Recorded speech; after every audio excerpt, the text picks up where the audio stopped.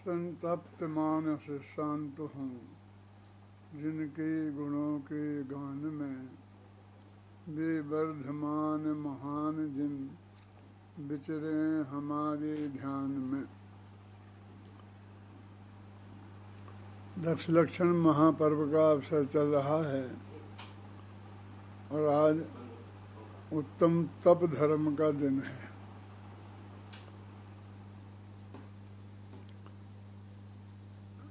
जिस तप धर्म के बारे में पूजन की पंक्तियों में ये लिखा हो कि तपर चाहें सुर राय, कर्म शिखर को वज्र हैं, द्वादश विधि सुखदाय, क्यों न करें हम सकति सम, उत्तम तप सब माही बखाना, कर्म शैल को वज्र समाना।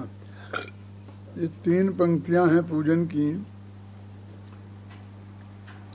3 पंक्तियों में 2 बार ये कहा है कि जो उत्तम जो तप है वो कर्म रूपी पर्वत के लिए वज्र के समान है। पर्वत किसी दूसरों से आसानी से भेदा नहीं जाता है, लेकिन इंद्र का वज्र होता है जो हथियार, बहुत मजबूत हथियार होता है, जिससे सब चीज़ें भेद दी जाती हैं, तोड़ दी जाती हैं, नष्ट कर दी जाती हैं। तो ऐसा कर्म रूपी पर्वत के लिए वज्र के समान है, माने कर्मों का नाश करने वाला है। ऐसा तप है। तप के जो ऐसे गीत गाए हैं वो तप कैसा होगा, हम गहराई से विचार करें कि तप का वास्तविक अर्थ क्या है। जिसे वज्र के समान कहा गया है कि अब वो तप कैसा, आप नहीं जानते, अनशन आदि सब तप ही तो है। अनशन है, एकासन है, ये सब तप है। वो तप जो कर्म के रूपी पर्वत के लिए वज्र के समान है, वो बस एक टाइम के भोजन छोड़ने रूप होगा कि दिन भर भोजन नहीं किया, ऐसा होगा। कैसा होना चाहिए वो तप का वास्तविक स्वरूप क्या होना चाहिए, इस पर हमें एक गंभीरता से विचार करने की जरूरत है। वास्तव में तो ये 10 ही धर्म चारित्र गुण की पर्यायें हैं, क्योंकि मुनि धर्म के स्वरूप में आती हैं। फिर भी तप और संयम, ये 2 धर्म तो डायरेक्ट चारित्र से संबंधित हैं। मुनिराजों के लिए जो अनिवार्य है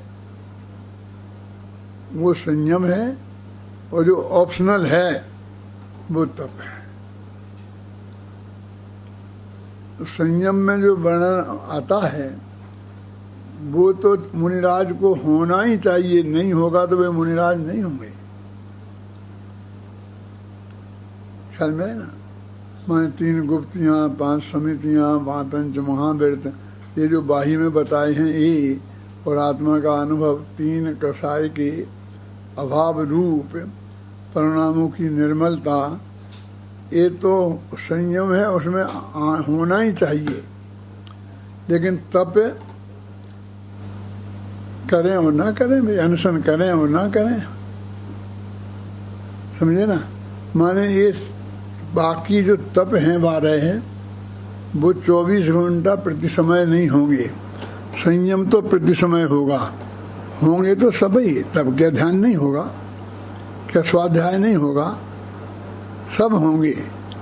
लेकिन ऐसा नहीं कि अभी तो ध्यान तो कर ही नहीं रहे, अभी ध्यान नहीं कर रहे तो तपस्वी नहीं है, अभी स्वाध्याय नहीं कर रहे तो तपस्वी नहीं है, अभी तो आहार का त्याग नहीं कर रहे, आज तो आहार कर रहे, तो आहार करते वक्त वे मुनिराज तपस्वी हैं कि नहीं है।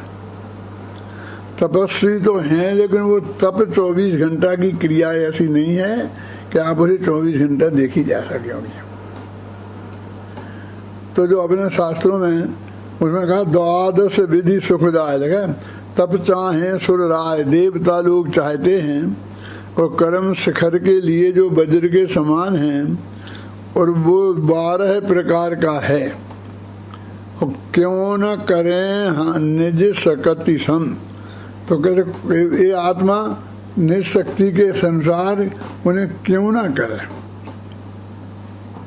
इनका वर्णन तो मूल धर्म की अपेक्षा से है, और श्रावक भी करे, अनशनादि तो कौन रोकता है। सामायिक श्रावक करे, आत्मा का ध्यान भी श्रावक करे तो कौन रोकता है, स्वाध्याय भी श्रावक करे। तो क्यों ना करें हम सकति सम, हम सब मिलकर अपनी शक्ति के अनुसार उसे क्यों नहीं करें। ये जो 12 तप हैं, जिन्हें 6 को हम बहिरंग कहते हैं और 6 को अंतरंग कहते हैं। तो 12 तपों में अनशन, अमौदर्य, वृत्ति परिसंख्यान, रस परित्याग, विभक्त शय्यासन और काय क्लेश, ये 6 बाह्य तप हैं। और 6 अंतरंग हैं, प्रायश्चित, विनय, वैयावृत्ति, स्वाध्याय, वित्सर्ग और ध्यान। ये 6 अंतरंग तप हैं और 6 बहिरंग तप हैं। अभी इन तपों के संदर्भ में पहले तप से दूसरा तप महान है, दूसरे तप से तीसरा तप महान है, और ये महानता कई गुणी है। जो पहला तप अनशन है ना, और अंतिम तप ध्यान है, इनमें कितना अंतर हो गया उसी की हम थोड़ा अंदाजा करें तो हमें पता लग जाएगा कि पहले से दूसरा, दूसरे से तीसरा कितना महान है। उपवास 6 महीने के भी करे तो केवल ज्ञान होने की गारंटी नहीं है, और ध्यान अंतर मुहूर्त तक लगातार करे तो केवल ज्ञान होने की गारंटी है। अब समझ लो कहाँ 6 महीने और कहाँ अंतर मुहूर्त। यानी ध्यान नामक तप कितना ताकतवर है, कितना महान है कि अंतर मुहूर्त में केवल ज्ञान की प्राप्ति होती है। और उपवास के सब ध्यान लगातार करे तब होता है ना, तोड़ तोड़ के ध्यान में लगातार करे तभी होता है। उपवास भी तो लगातार ही करना पड़ता है कि बीच में तोड़ तोड़ के होता है।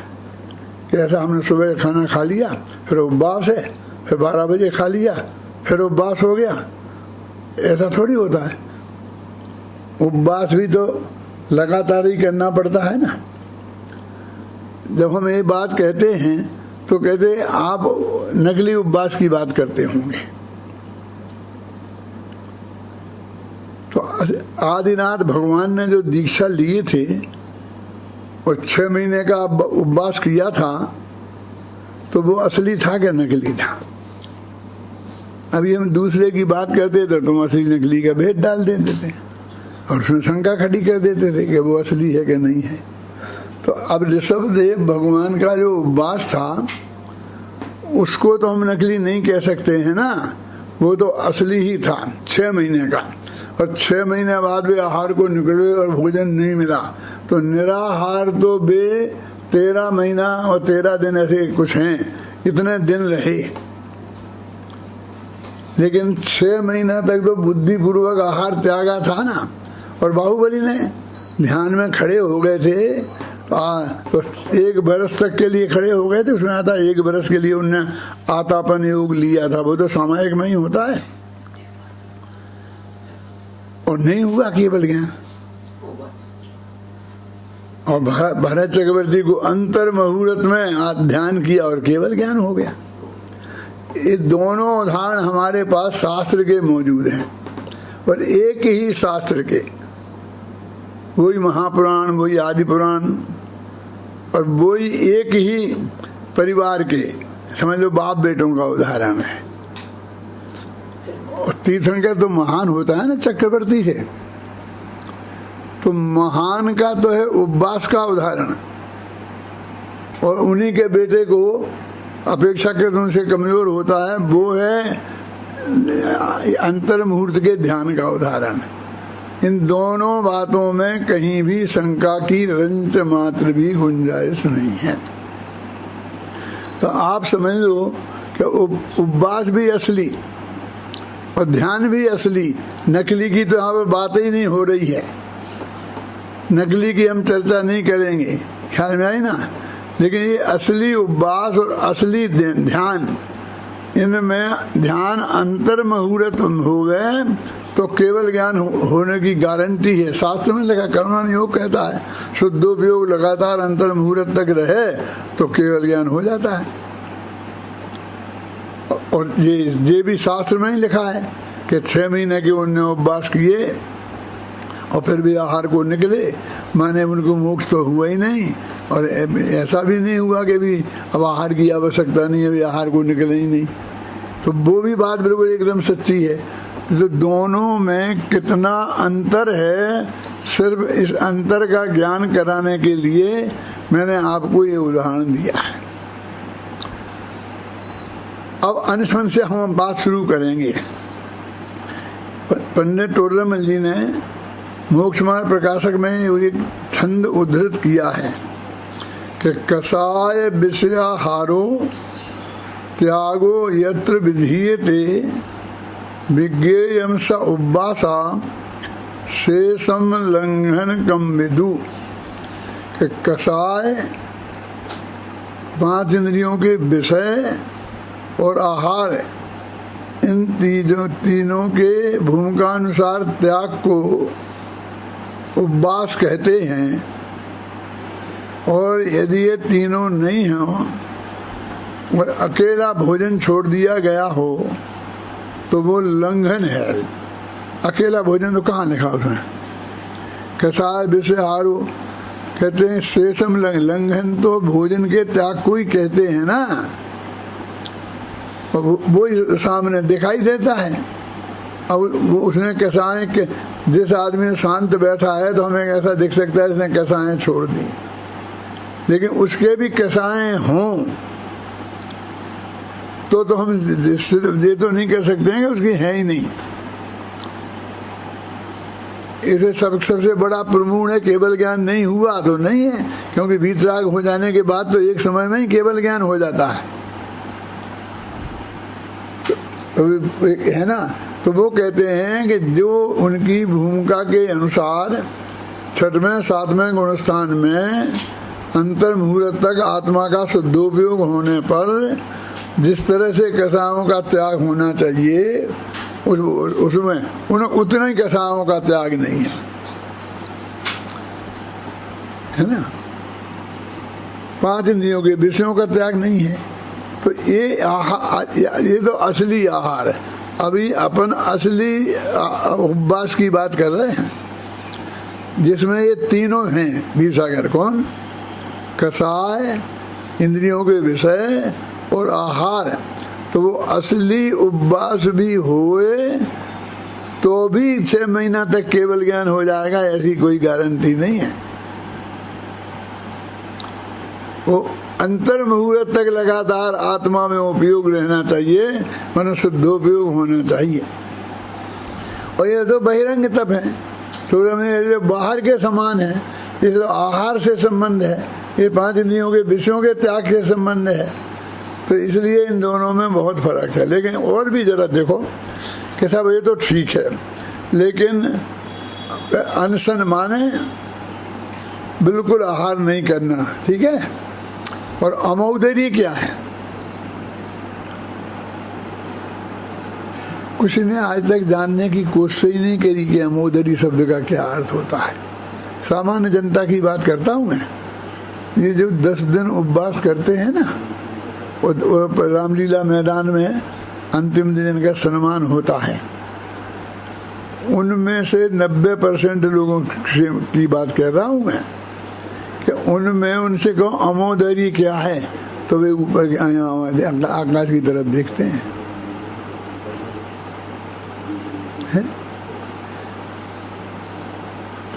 अमोदर्य माने ऊनोदर। इसका अपने बिल्कुल अपन राजस्थानी में समझ लो, हिंदी में सीधा सरल शब्द कर लिया, उसका नाम रख दिया ऊनोदर।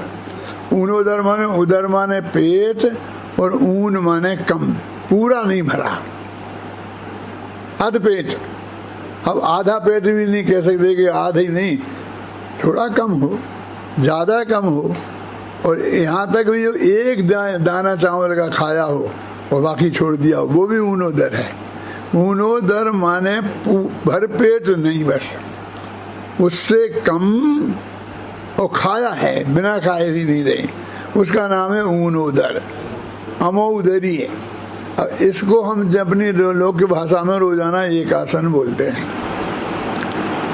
एक आसन कहो तो सबकी समझ में आ जाएगा। तो एक आसन बड़ा तप है कि उपवास बोलो, सभी सबसे पूछ के आओ। एक तरफ से उपवास करने वाले थे 90% से पूछ के आओ, और ऐसा नहीं कि अब क्या करें, कहीं है ही नहीं, किसी ने बताया नहीं। ये मैं 40-50 साल से बता रहा हूँ, और ये मेरी किताबें 1.25 लाख 1.5 लाख पहुँच गई हैं, और इसमें लिखा है। अब नहीं देखे तो उसका तो फिर कोई उपाय नहीं है ना। तो कहते हैं कि ऊनोदर बड़ा तप है, यानी दिन में एक बार खाना बड़ा तप, और बिल्कुल नहीं खाना छोटा तप। कैसे समझ में आए किसी के? फिर तीसरा क्या है? अनशन, अमोदरी और वृत्ति परिसंख्यान। ये वृत्ति परिसंख्यान क्या है? ये तो अच्छे अच्छे पंडितों के भी ख्याल में नहीं आता। कहते जब मुनिराज आहार को निकलते हैं, तो ये तो बात मुनिराजों की हो गई, गृहस्थों की रही नहीं।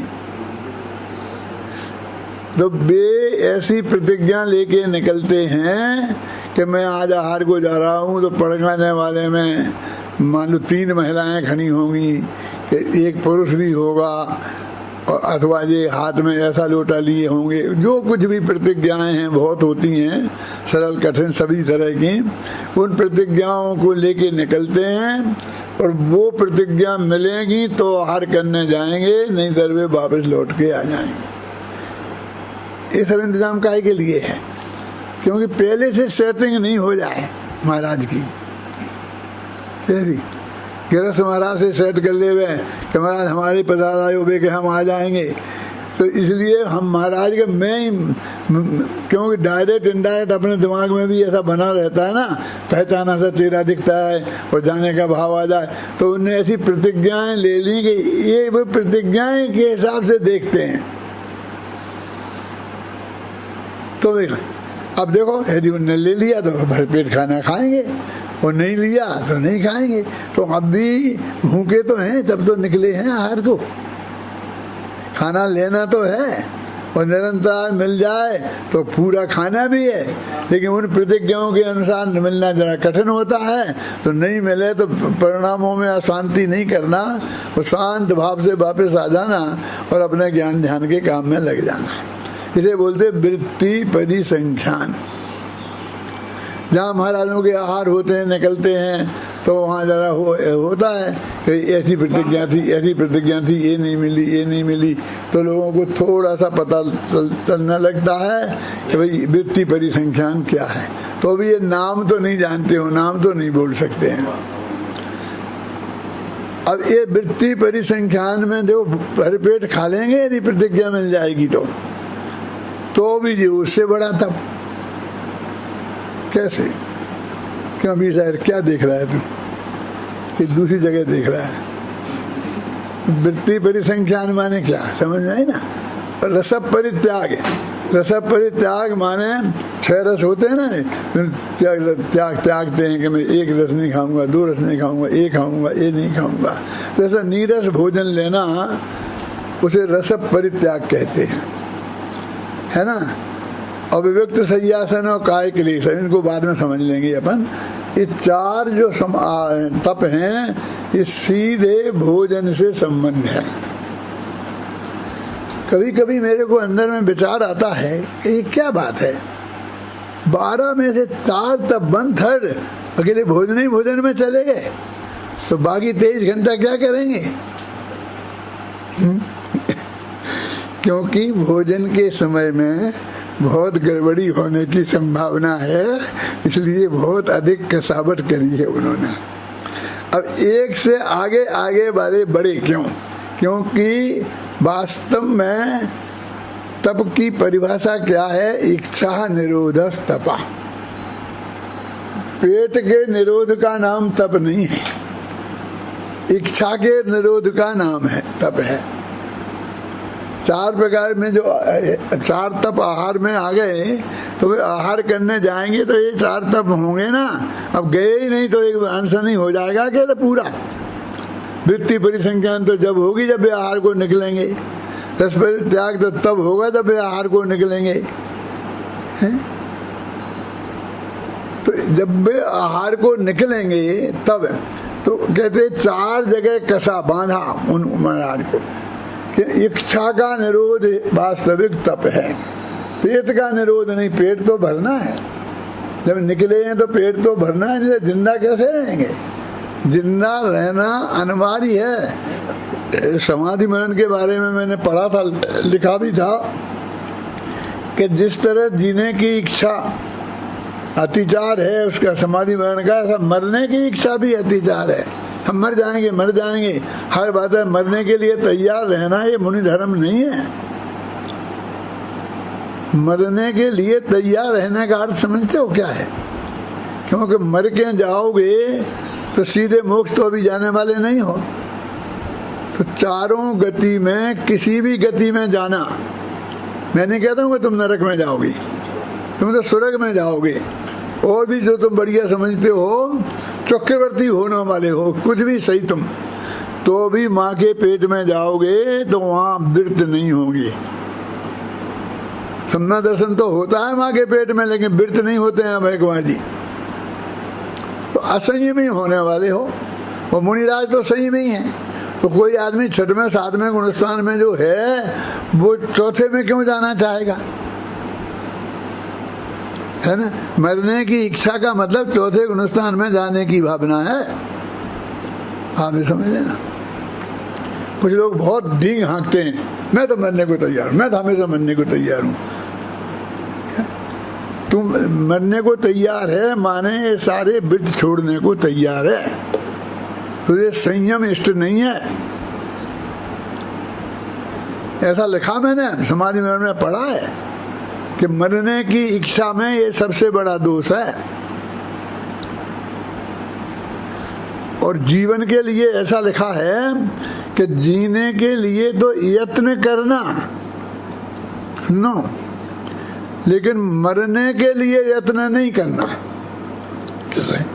हम तो दोनों को कहते बराबर रखना, संभाव रखना, चाहे लाखों वर्षों तक जीऊं, चाहे आज ही मृत्यु आ जावे। तो इसी का ये अर्थ है।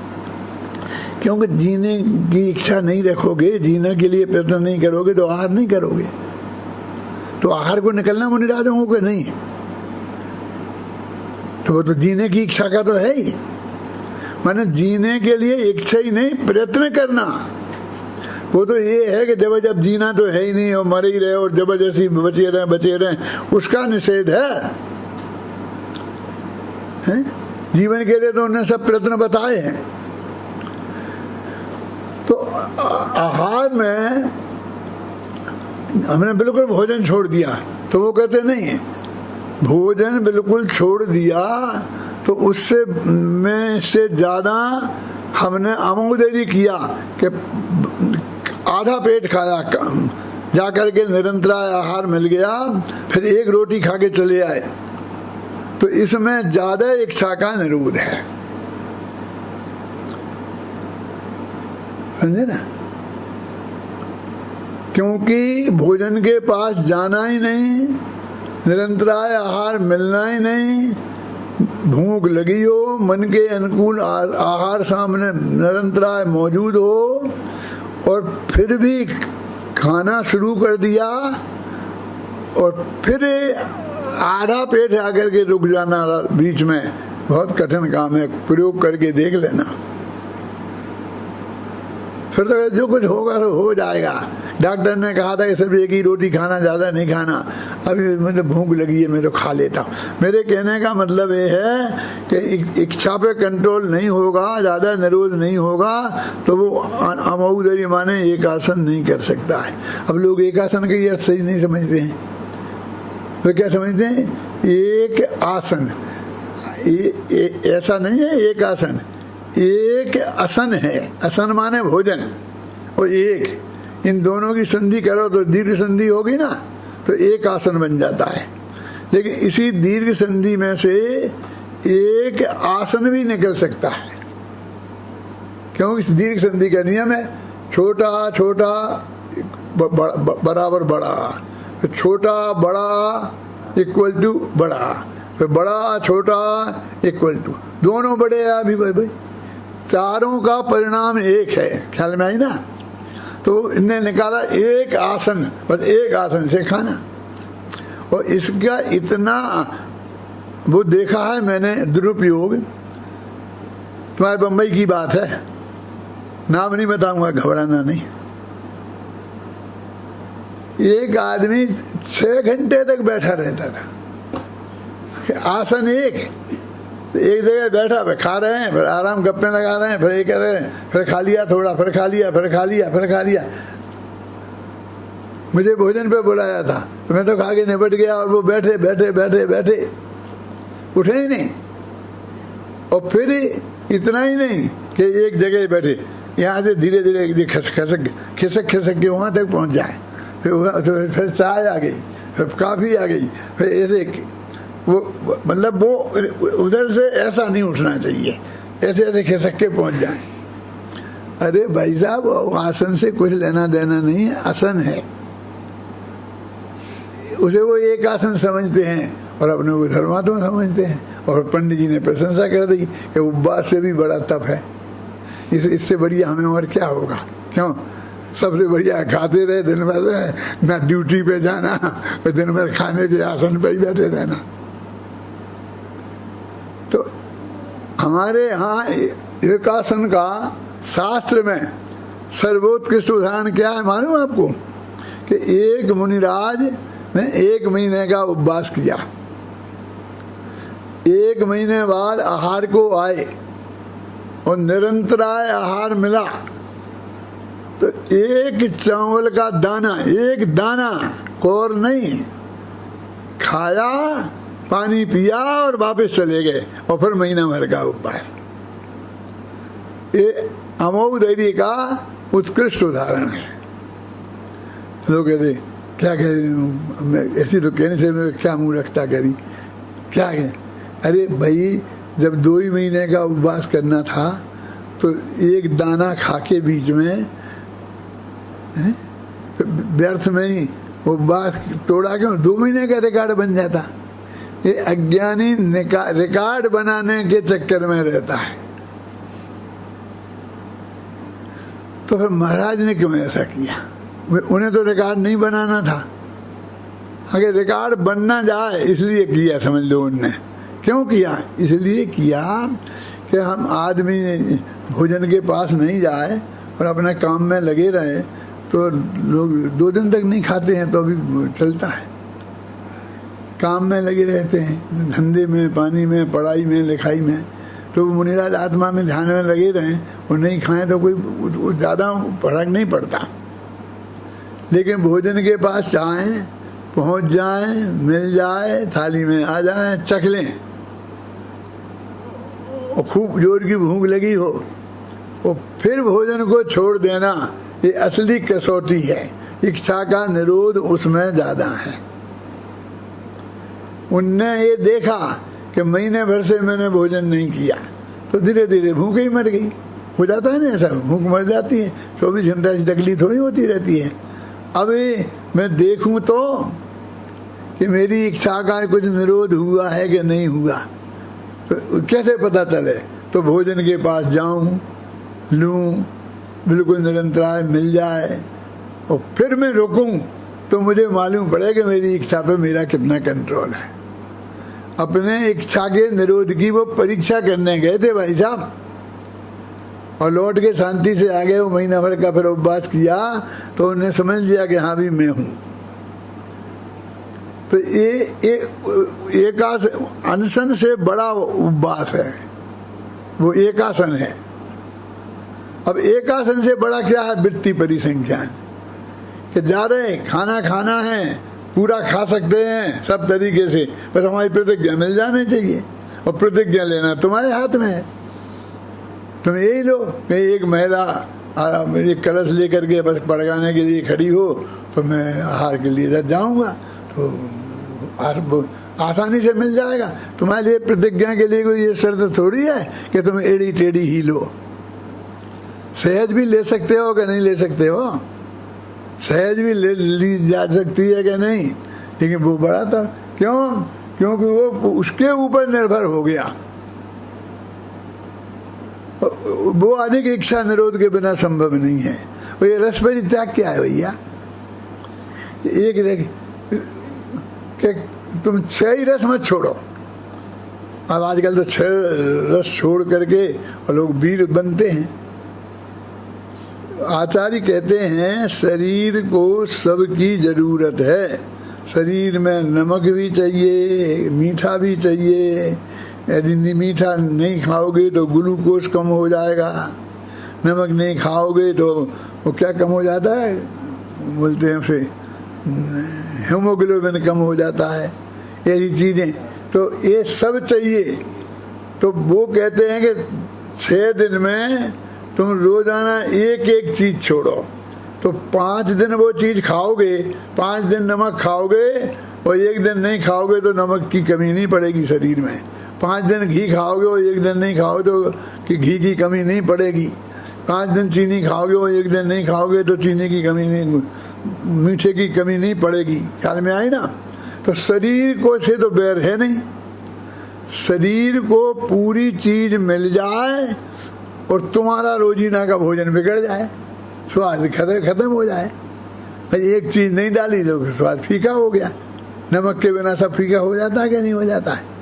और यदि बिल्कुल नमक छोड़ दो तो फिर बाद में बिना नमक के अच्छा लगने लगता है, और नमक खाओ तो फिर बुरा लगता है। एक दफा मैंने छोड़ दिया था,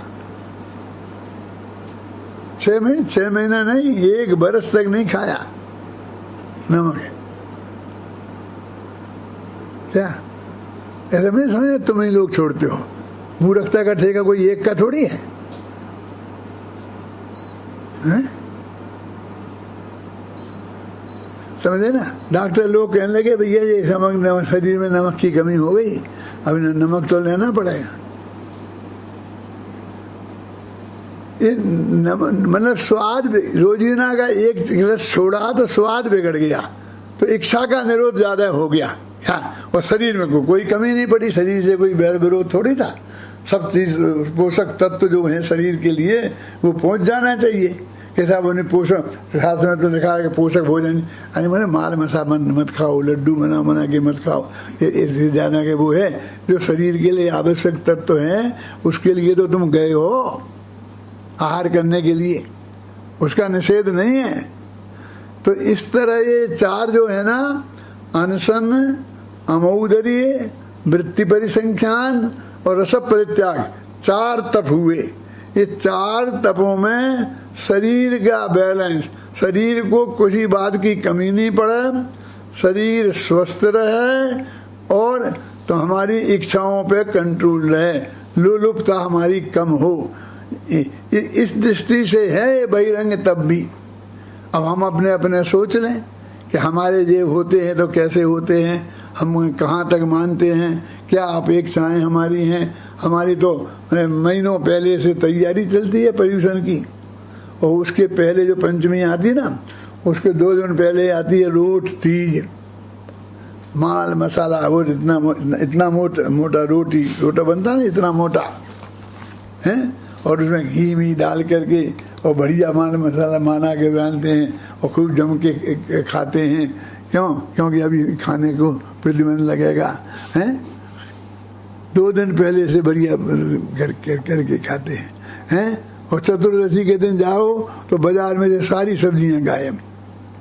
क्यों?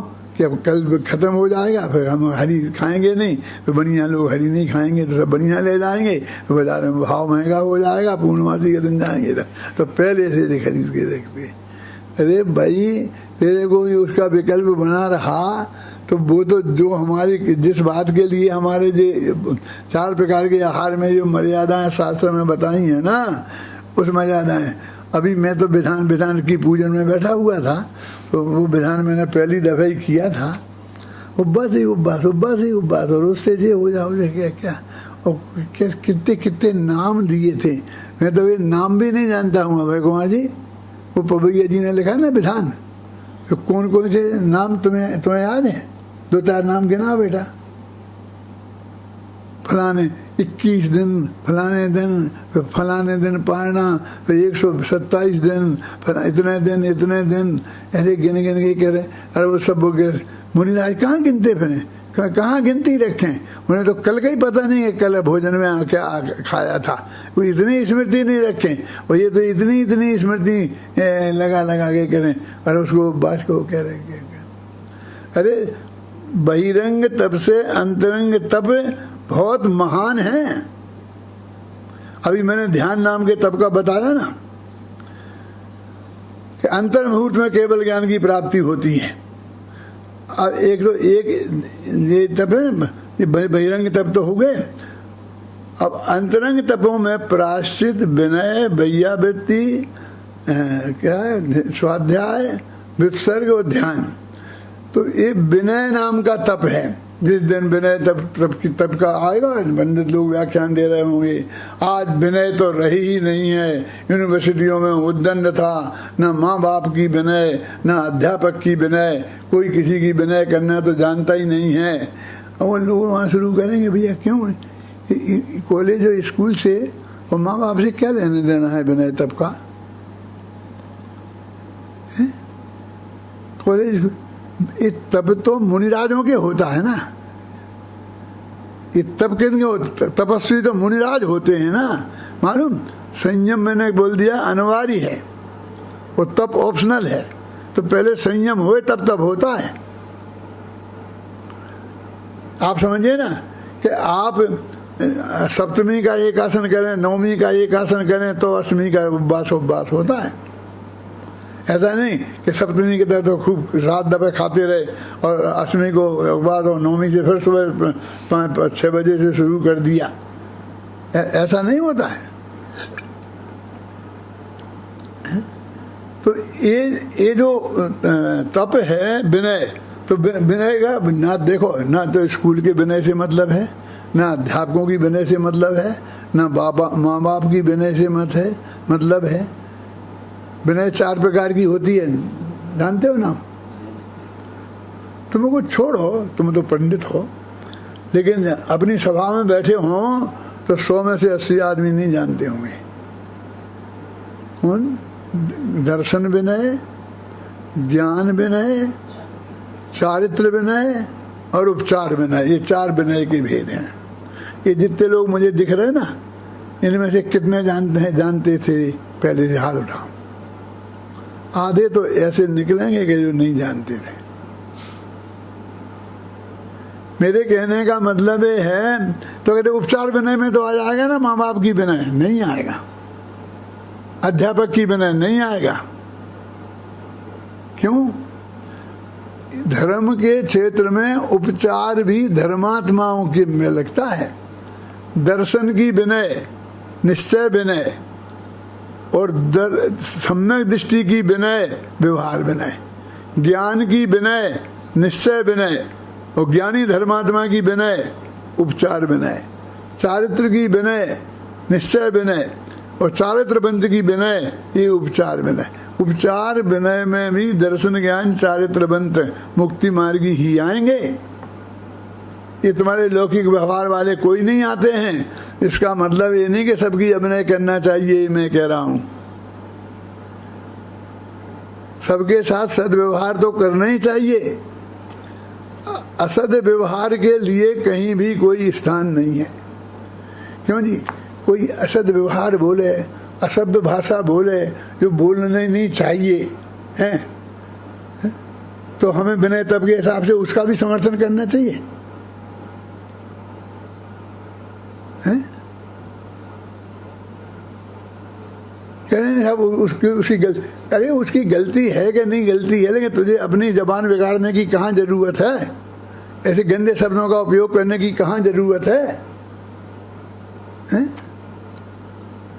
उस पर कंट्रोल नहीं होना चाहिए। और सुने ही नहीं, कहे कि भाई सुनिए जरा मर्यादा में रहना चाहिए, अपन को ऐसा नहीं बोलना चाहिए। नहीं कि मैं, तुम डरते हो, तुम सब डरपोक है ना, अब तुम सब वीर बन जाओ। क्यों?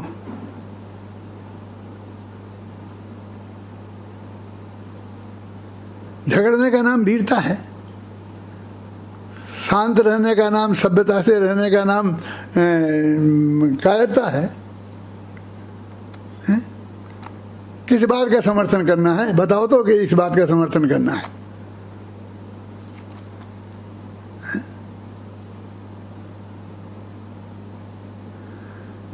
देखो गंभीरता से हमें विचार करना चाहिए कि वो कहते क्या विनय, विनय कहाँ होनी चाहिए?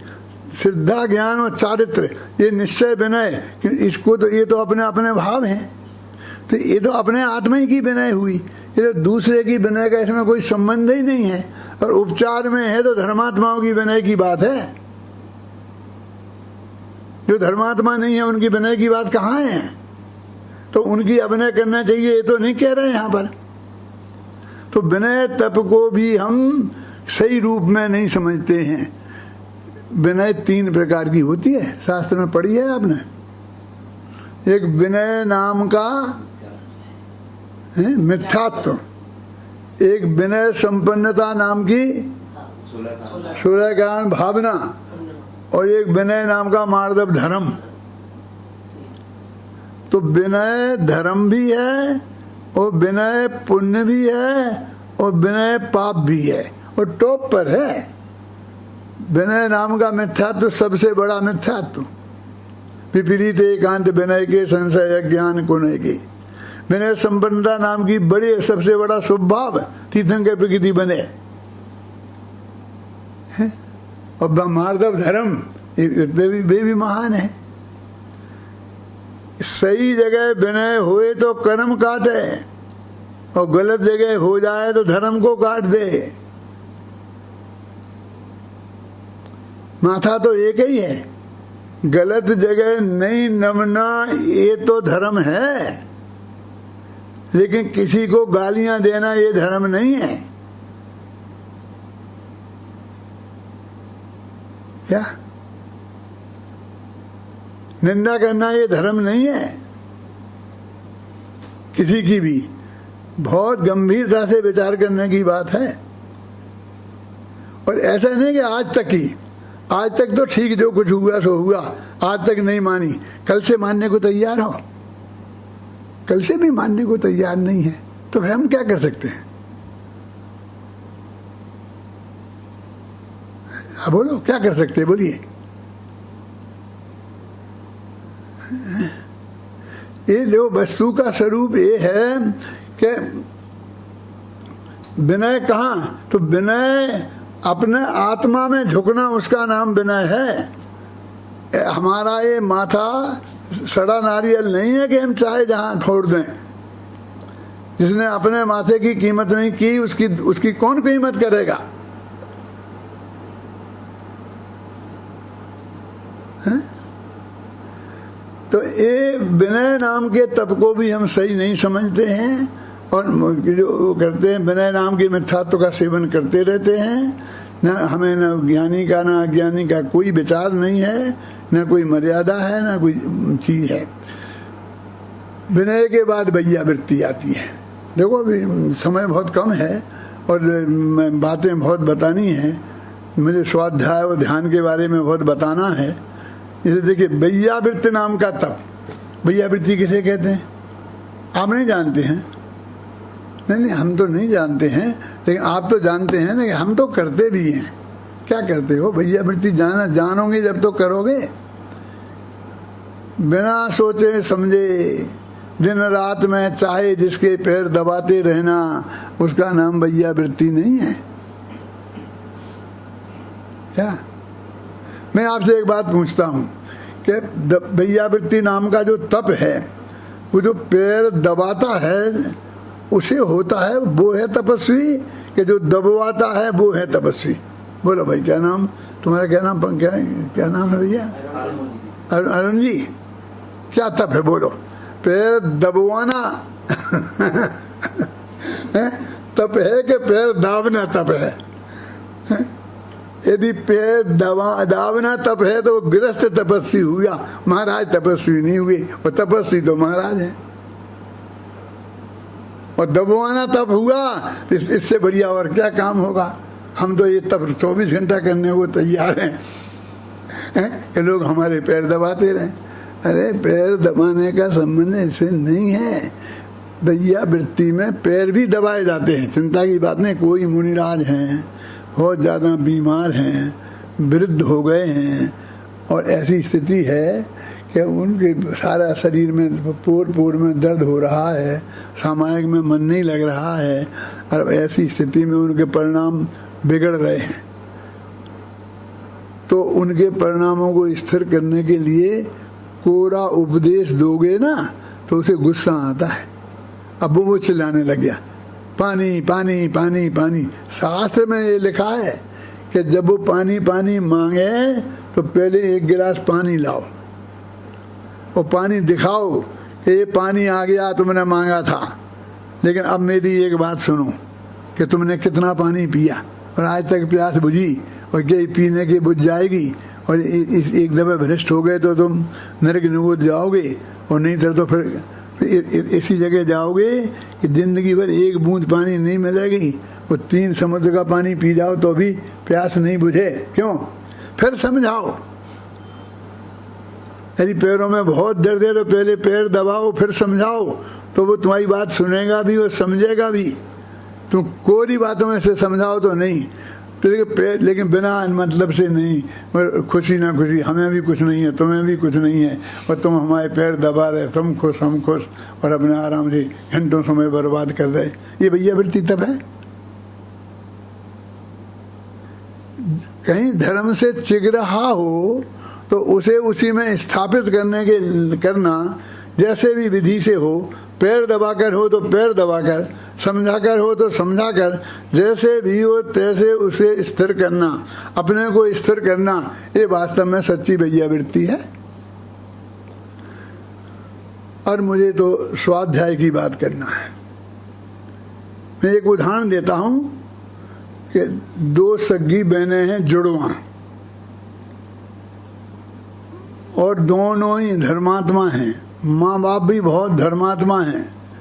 अब एक बहन इस स्वाध्याय करने वालों के चक्कर में आ गई है, तो दिन भर स्वाध्याय करती है, पढ़ती है, लिखती है, करती 4 घंटा 6 घंटा रोजाना वो तत्व ज्ञान का अभ्यास करती है। और दूसरी बहन व्रत उपवास आदि करती है। अब आज समझ लिया, आज संयम धर्म का दिन है, क्यों 6वां दिन, 7 तप का है ना, 7वां दिन है। 7 उपवास हो गए उसके, पहले दिन से उपवास एक बहन की, और दूसरी बहन दिन में 2 टाइम शांति से खाती है और स्वाध्याय दिन भर करती है, 3 दफे प्रवचन में जाती है, फिर खुद पढ़ती है, ये सब करती है। अब तीनों जनी घर में बैठी हैं, दोनों लड़कियां और उन दोनों की माँ। शादी नहीं हुई लड़कियों की अभी। अब अंदर से किवाड़ बंद थे, किसी ने बाहर से जाके घंटी बजाई तो तीनों में से कोई नहीं उठा किवाड़ खोलने को।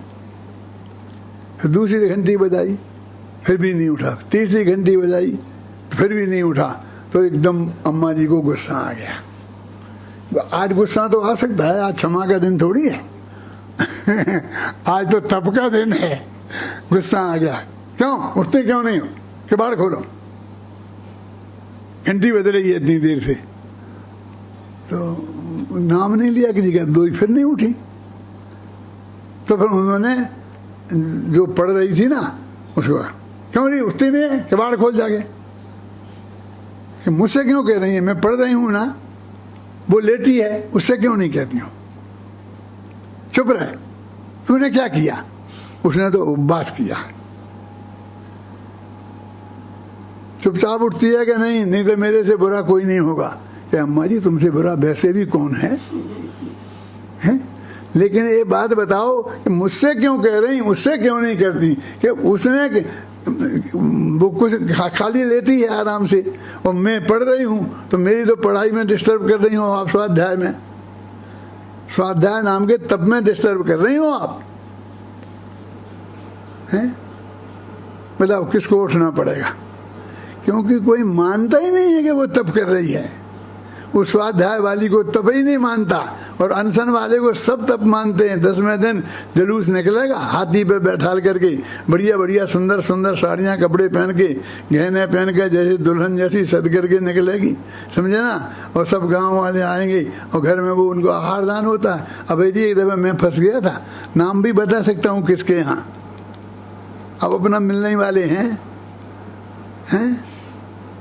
तो हाँ मेरी बच्ची ने उपवास किए हैं, आज पालना है, आपको चलना पड़ेगा। मैंने कहा मेरे को मत ले जाओ।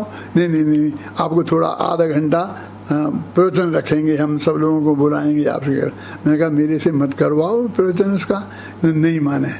अब कुछ मित्र होते हैं ज़्यादा घनिष्ठ, अब अभय जी आपको कैसे मना करूं? आप कहोगे तो जाना ही पड़ेगा ना। तो मैं गया। अब वो खैर जो भी हो गया वो तो हो गया, लेकिन मेरे से कहे कि आप इनको आहार दो। मेरे का गजब हो गया।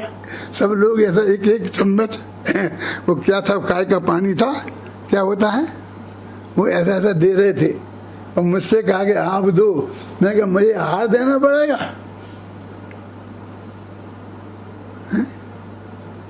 अरे भाई ऐसी फिर वही परिणति, कॉलेज की परिणति, वही अमेरिका में शादी हो गई। अब वो लड़की अमेरिका में सब भूल भाल गई, सब क्या है कुछ नहीं। अब वो तपस्वी हो गई थी, अब उनके हमने आहार दे रहे हैं, हम क्या करें, माथा खोल दे रहे हैं। क्या है उपवास का स्वरूप तुम्हारे क्या हो रहा है? उसका तो ऐसा जलूस निकलने वाला है, और ये स्वाध्याय करने वाले को कोई पूछने वाला नहीं है। तप कौन सा बड़ा है बोलो? स्वाध्याय, अरे भाई जाने दो जलूस मलूस, लेकिन उसको तप कर रही है वो, यही कोई मानने को तैयार नहीं है। और उपवास वाले को तब मानने वाले को तैयार है। क्यों मानोगे महावीर? नहीं मानोगे? अरे मैं ही नहीं मानूंगा। ये कभी कभी वो अपने को ही नहीं मानता है। मैं स्वाध्याय करने वाला हूँ ऐसा नहीं मानता हूँ कि मैं तप कर रहा हूँ। स्वाध्याय के 5 भेद है मालूम? वांछना, प्रेक्षणा, अनुप्रेक्षा, आमनाय और धर्मोपदेश। एक तो स्वाध्याय 10वां तप, तो बहुत बड़ा तप है ना, स्वाध्यायम परमम तपा, और उसमें 5वां सबसे बड़ा तप धर्मोपदेश। मैं धर्मोपदेश दे रहा हूँ, आप मुझे तपस्वी मानते हैं? अरे मैं अपने से पूछूं ना कि मैं अपने को तपस्वी मानता हूँ कि नहीं मानता हूँ? क्या करे हैं? और उपवास वाले को सब तपस्वी मानते हैं। अरे जिस चीज की इज्जत होती है उसको प्रोत्साहन मिलता है। रामलीला मैदान में जाकर के सबके 10-10 दिन के उपवास के होंगे और उनको सम्मान किया जाएगा। तो इस साल 5 आदमी आए हैं 10 दिन के, अगली साल 10 आएंगे, फिर और आएंगे, फिर ये 8-8 वर्ष के बच्चे छोकरी आएंगी, वे सब ठोक देंगी, और 10 दिन तक क्यों वजन भी कम हो जाएगा और उपवास भी हो जाएगा, और वहाँ सम्मान हो जाएगा, लेन लगेगी। लेकिन जो स्वाध्याय करने वाले, उपाध्याय करने वाले के एक का सम्मान होगा। बर्नी जी है ना, बर्नी जी, गणेश प्रसाद जी बर्नी का नाम सुना? उनने सबसे पहले न्याय प्रथमा दी थी परीक्षा। तो जब प्रथमा दे के वो आए जैन समाज में, तो समाज ने उन्हें हाथी पे बैठाल के बनारस में जलूस निकाला था। सारी समाज ने और स्वागत किया था, मालाओं से लाभ दिया था। ये सब देखा सारे देश ने, अखबारों में समाचार गए सारे देश में। लोगों को इतना उत्साह हुआ कि विद्यालय में विद्यार्थी दौड़ दौड़ के जाकर के भर्ती हो के विद्वान बने, न्यायाचार्य बने, बड़े बड़े बने। धीरे धीरे उनकी पूछने वाले कोई नहीं है। हम भी इसी जोम में गए थे, तो हम भी जाके पड़े हुए, तो हमने न्याय प्रथमा की, फिर देखा चारों तरफ कोई नहीं था। फिर हमने मध्यमा की, फिर देखा चारों तरफ, फिर भी कोई नहीं था। फिर न्याय तीर्थ किया, लेकिन हमने सोचा अब तो हाथी आएगा। हाथी तो क्या, वहाँ कोई गधा भी दिखाई नहीं दिया। मालूम उसका क्या परिणाम हुआ? उसका ये परिणाम हुआ कि हमने हमारे बाद का कोई न्याय तीर्थ आज तक नहीं देखा। कोई नहीं। उसके बाद न्याय तीर्थ नहीं हुआ। अब तो वो परीक्षा बोर्ड ही खत्म हो गया। मैंने पढ़ाया था इन विद्यार्थियों को, तैयार किया था, 20 अगर तुम थे उनमें, और यार ब्यावर में कहाँ केंद्र था, तो वो केंद्र ही खत्म हो गया। उन्होंने कहा बोर्ड ही खत्म हो गया। वो क्यों? उसकी कोई कीमत ही नहीं होगी तो फिर उसे कौन करेगा? बोलिए, हमारी दृष्टि में स्वाध्याय नाम के तप की क्या कीमत है? और आज हुए ना तो हजारों में हो गए ना फिर विद्वान तैयार। जिसकी कीमत होगी उसकी होगी। अब तुम तो उपवास की सम्मान करने जाओ तो हर साल इतने निकलते आएंगे, और हर एक बहुत लोग ऐसे होंगे कि अपना परिश्रम आएगा तो अपना वजन का बैलेंस बना लेंगे, ठीक कर लेंगे बैलेंस करके। अरे भाई कौन सा बड़ा तप है? अभी ये तो स्वाध्याय देखो, बाँचना, वो भी जो करते भी हैं वो उसको सही रूप में कहाँ जानते हैं। ये हम ये शास्त्र पढ़ रहे हैं ना, ऐसा मनीष, ये भी तप है। आपको लगता है कि मैं तप कर रहा हूँ? तुम खुद ही तप कर रहे कि नहीं कर रहे? ये बाँचना भी तप है। और फिर पृछना, पूछना कि हमारी समझ में ये नहीं आई, ये बात बताओ, ये भी तप है। पूछने वाला तो कोई समझता ही नहीं कि ये तप कर रहा है। लेकिन कैसा होना पूछना? ऐसा नहीं कि वक्ता का गला पकड़ने के लिए, पूरे मेहनत से अपन समझे, जो बाँचे और पूरा अर्थ निकाले, जितना निकले खुद से। फिर नहीं निकले तो अत्यंत विनय पूर्वक गुरु से पूछे। वो पृछना नाम का तप है, वो निर्दया का कारण है। फिर जब वो जवाब देवे तो फिर अनुप्रेक्षा करे, चिंतन करे, विचार करे, मनन करे, अपने साथियों से साथ में विचार विमर्श करे, तो वो भी तप है। और फिर ये आमना हम रिपीट करते हैं ना, आचार्यों की वाक्यों को पढ़ते हैं ना। गुरुदेव एक दिन पूरा प्रवचन बंद रखकर समय सार का पाठ करते थे। अब वो सबसे ज़्यादा महत्वपूर्ण दिन है। मैं अभी भी कहता हूँ कि शुरू में जो हम 5 मिनट पाठ कराते हैं ना भाई जी, तो लोग अभी तो पाठ होगा, अभी पंडित जी प्रवचन करेंगे तब चलेंगे। हमारे में क्या रखा है? वो आचार्यों के वाक्य हैं, वो मूल बात है। उसमें जो माल है वो हम 45-50 मिनट में नहीं बोल पाएंगे, नहीं बता पाएंगे। वो बताएंगे तो उसी का तो बताएंगे। वो आमनाय भी पाठ है और ये धर्मोपदेश भी पाठ है। ये तप है। लेकिन इस स्वाध्याय नाम के तप को हमने तप ही नहीं माना। और वो ध्यान नाम का तप, अब ध्यान की क्लासें लगने लग गई हैं, जगह जगह ये होने लग गया, वे होने लग गया है। और आज जो ध्यान 8 कर्मों का नाश करता था ना, 4 घातिया कर्मों का नाश करके केवल ज्ञान प्राप्त कराता था, अब वो आजकल ब्लड प्रेशर ठीक कर रहा है, डायबिटीज ठीक कर रहा है। यही का वो बता, वहाँ शुरू ही यहाँ से करते हैं, इसे क्या लाभ होगा कि ब्लड प्रेशर ठीक हो जाएगा, डायबिटीज ठीक हो जाएगा, ये कहते हैं। ध्यान क्या है? ध्यान वास्तव में सच्चा तप है। असली ध्यान हो गए तो अंतर मुहूर्त में केवल ज्ञान की प्राप्ति होती है, हमारे शास्त्रों में लिखा है। लेकिन हमें ध्येय का ही पता नहीं है, किसका ध्यान करना है। बताते हैं, कोई कहता है डंडे की तरफ ध्यान लगाओ, कोई कहता है इस पे लगाओ, कोई कहता है नाक की नोक पे ध्यान लगाओ।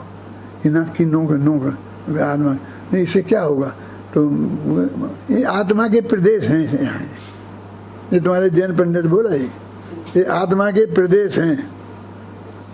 तो मैंने कहा इस यहाँ नहीं है आत्मा के प्रदेश, यहाँ प्रदेश है। मैंने कहा बेटा प्रदेश तो 24 घंटे घूमते रहते हैं, यहाँ के यहाँ आ जाते हैं, यहाँ के यहाँ आ जाते हैं, यहाँ के यहाँ आ जाते हैं। तो ध्यान का भी वास्तविक स्वरूप क्या है? सच्चा स्वरूप ध्यान का हम समझें। 1 घंटा पूरा हो गया है और ज़्यादा मैं अब बात कर नहीं सकता हूँ। कभी मौका आए तो मैं आपको बताऊँ। तुम सब पंडित लोग बड़े बड़े यदि एक दफ़ा मेरे पास आओ और 10-20 दिन रहो तो मैं तुमको सब ये बताऊँ। ऐसा नहीं कि मैं इसका मास्टर हूँ, नहीं, वो चर्चा करके जो भी मैंने मेरे ख्याल में आया है, जो मेरी आया है, मैं वो सब बातें बताऊँगा। तुम भी सोचना, अपन निकाल के निष्कर्ष निकालेंगे। और अपन जनवाणी के भगत हैं तो क्यों नहीं निकलेंगे। मैं कई लोगों से कहता हूँ कि एक उस स्टैंडर्ड का, उसी भावना से, उसी हिसाब से दुनियादारी की और कोई चक्करबाजी का नहीं, अपन सारी दुनियादारी के चक्करबाजी से बच कर के और शांति से आज क्या है आत्मा, क्या उसका ध्यान कैसे होता है। जो अपन बोलते हैं ना, माँ चिट्ठई माँ जमपई माँ चिंतई, कैसे नहीं बोलना, कैसे नहीं सोचना, कैसे नहीं ये करना, कैसे हो ध्यान का कल्पना तो करो एक दफ़े कैसा होता होगा वो। मैं तो सैकड़ों दफ़े सोचा है कि आदिनाथ महावीर इस पर्वतों की चोटियों पे जाके क्या करते होंगे,